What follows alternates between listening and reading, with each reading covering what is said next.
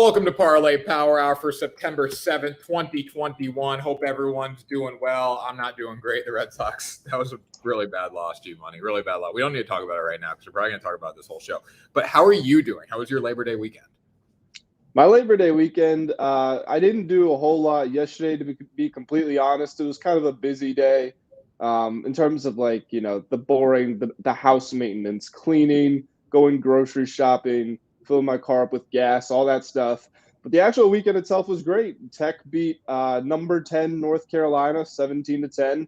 First time we've beaten a top 10 team since 2009. I thought that was kind of remarkable, considering we had Frank Beamer until 2015. Obviously Frank Beamer is one of the best coaches in college football history. I knew his final years were kind of a decline. I didn't realize it had gotten that bad. So we're starting the season off well. Most fans here hate the head coach and his tenure. So this was more than anything, the head coach needed that win. And I wouldn't say that the fans are on his side yet, but they're not calling for his head like they were last year.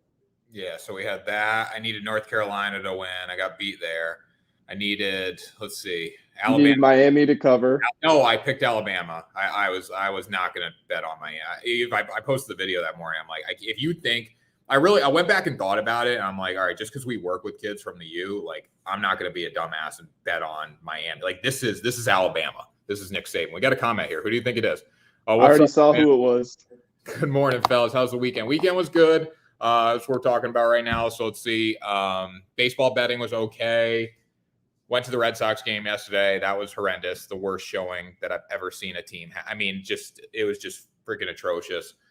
Grant told me to bet North Carolina -5.5 and Virginia Tech covered. That was not good. I said that it's a risk-free to take Tech's money line, but I also said that you should use that as a hedge, and the smart money was on UNC to cover. So I did, and it wasn't smart, Grant. It was actually it was not smart. I apologize. I should have had more faith in my team. And then I took the under in the what game was it? Notre Dame. I took the under in the Notre Dame game, and I got that. Everyone thought that game was going under. It freaking went over twice. Like it was just not a good weekend for me. But you know what? We bounce back. That's what we do. That's why we're here on Parlay Power Hour on Tuesday morning. Grant, do you want to answer? Well, Tanner, you're not going to ask him how his anniversary was? I think I already asked him on maybe picks or something, but how was the anniversary, man? How was the anniversary? Tanner, you got it. I'm really surprised that you wore that shirt to today's show, to be completely honest. I was talking to Tanner in pre-production. Normally I crack on him every time the Red Sox lose, but the fact that he was at the game where they ended up going to extras because they gave up an inside the park home run, like that just hurts. I feel bad for you. Listen, all right, so I got my sun hat on today because, listen, none of the Red Sox outfielders can see the goddamn baseball, so why not? I might as well try to protect myself from the sun. Number two is, how do you blow a 7-1 lead with Chris Sale on the fucking mound, Grant? That doesn't happen. It just doesn't happen. Alex Verdugo, I love Verdugo, so I don't want to shit on him, but you can't drop that baseball. And, also, they 5 unearned run, Grant. I can't even talk today, Grant. I got sun poisoning from the freaking sun. I'm in withdrawal mode from Grant, I don't even know what I'm saying today. But you know what? How do you give up 5 unearned runs? You're playing the best team in the American League. You have them on one knee. You need to fucking take them out back, shoot them in the head, and finish them off. And they didn't do that, Grant. They didn't do that. By the way, what do you think about the execution comment? You stole it from me. I love that. I was going to say football is back like Brian Kelly. Everyone who doesn't like that comment, I don't like you. Football is back. It was obviously a joke. He's not going to execute his team. I thought it was great. You probably like, oh my God, it's so sensitive. It was a stupid comment. No. Come on. I thought it was. I don't know if I thought it was great. I kind of chuckled at it. But when I read it, I thought, okay, he's probably going to get in some trouble for this. I feel like once people, once they saw that it was sort of, I don't want to say paying homage, but, it was playing on a previous show, then I think that's when people became, more okay with it. But I feel like reading the headline, Notre Dame coach says he wants to kill his players. I think that's what got everybody in a tiff. And you know what? Yeah, obviously it's a joke, okay? You're a leader of men. You're not going to take a a kid and bring them to your school and kill them. Listen, you wouldn't have a job if you killed them. Number two is like the players didn't play well. They did not play. Like if you watch that game, Florida State versus Notre Dame should not have been like in a game with Florida State. Florida State was not a good football team compared to Notre Dame until Mackenzie Milton came in. That was a great story. But other than that, Notre Dame should have blew them off the freaking field. So you know what, Brian Kelly, you have my blessing, man. All right, let's get into it today, Grant. We're already way behind here. Parlay Power Hour. We got a comment here. People took it way out. There we go. You know what? There are some normal people in this world, Grant. When we see this, like there are like in the post-game press conference, they're like, do you want to kill your players? Like, no, he doesn't want to kill his players. Like there are some normal people. Chi-Town Wow 100, you're one of them, man. Like it's a joke. Take it as a freaking joke. It's football. It's sports. Don't let sensitive people watch sports. That's what it comes down to. All right, Grant, let's go. Start with you. Oh, Caesar Sportsbook. Do the ad read. You got me off track this morning. All right. Well, Caesar Sportsbook, any state that Caesar Sportsbook is available in, they're offering a risk-free bet for up to $5,000, and for every $100 that you wager, you get $150 to the NFL Team Shop. It's the Team Shop, right, Tanner? NFLshop.com, Grant. NFLshop.com. I was so close. I almost had it. Oh, guess what? Another big news. We're not even talking about picks today. Another big news. I got a Fernando Tatis jersey coming on Friday, and then a Mac Jones jersey coming on Monday, straight from China. So hopefully they're good.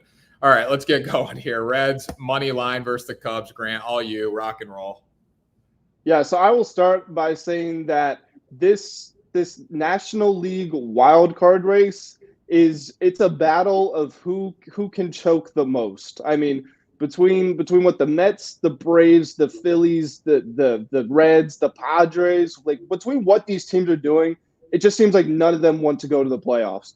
And I mean, at least the Padres are showing some life now, which they should have all along. I know Tatis was in and out, but even when he was back, they lost 11 of 14 or something. So just shambles. The reason I say this is because the Reds lost to the Cubs yesterday. They are now a game behind the Padres for the wild card spot when they could have tied them up.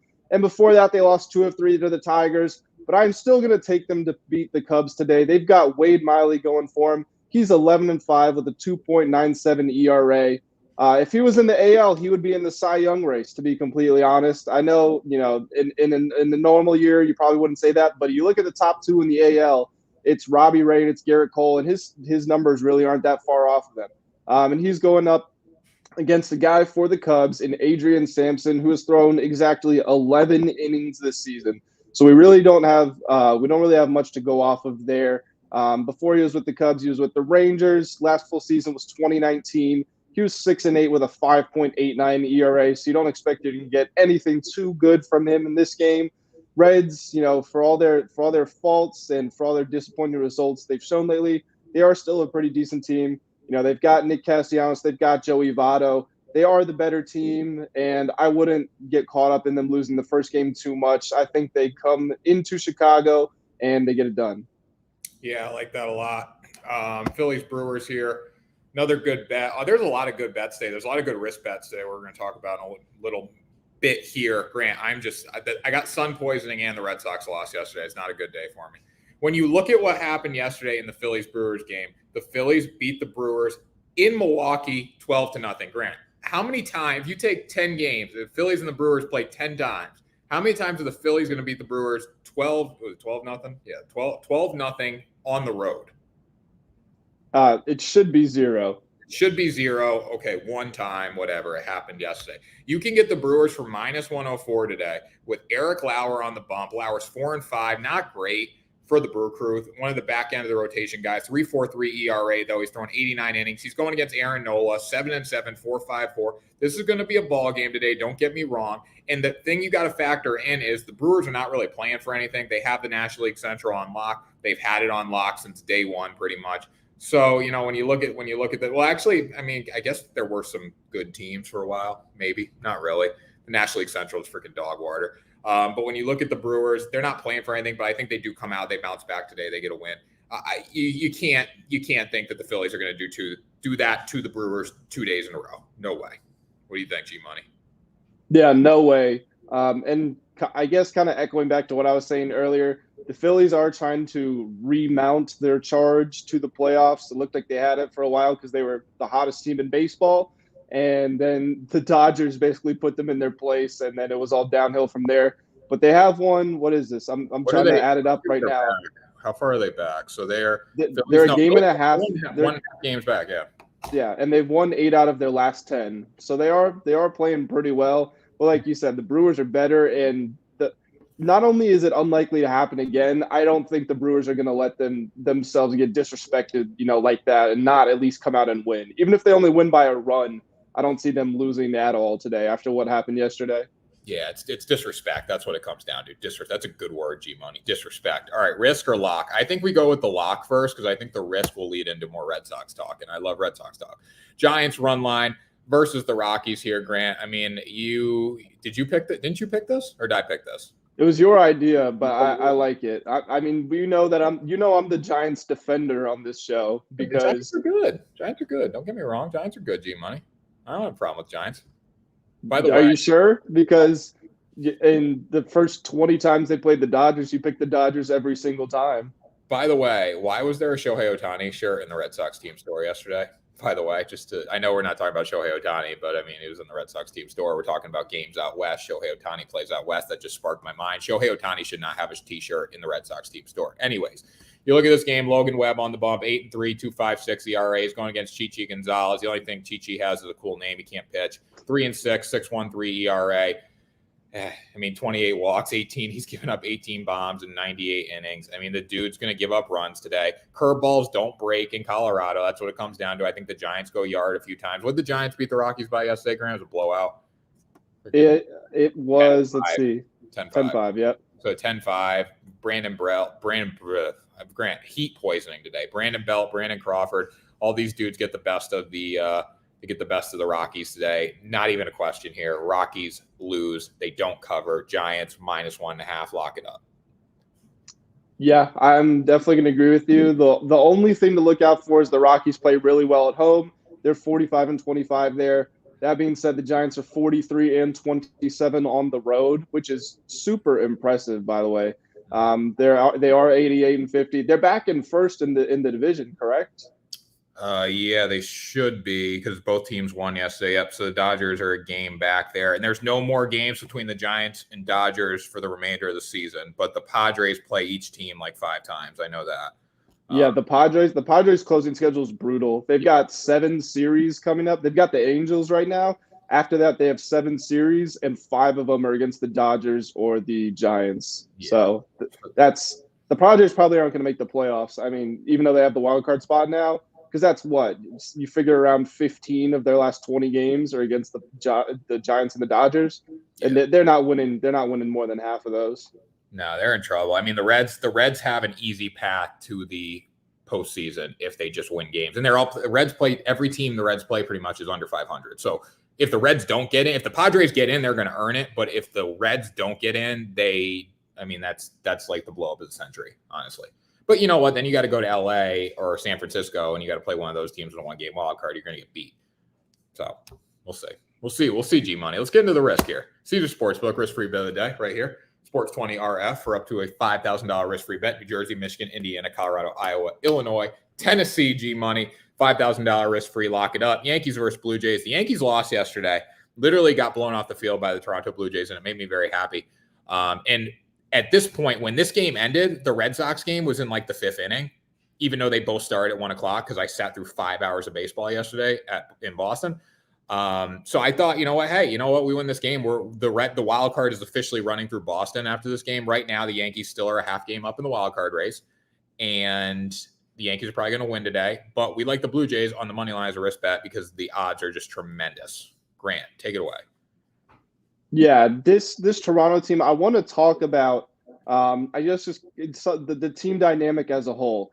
Our criticism of the Blue Jays, and we're both, I mean, I don't want to say we're Blue Jays fans, we're Blue Jays believers. Well, a few days ago, we did the 3-2-1 Blue Jays are going to win the division, in the coming years. Yeah. And it's because they have such incredible talent, but we always talk about it. They can't win games, and they can't win games consistently. They're super talented, but if you're a team like the Dodgers or the Giants or any of these other contenders, you win games that you're supposed to lose. Well, the Blue Jays would always lose those games, no questions about it.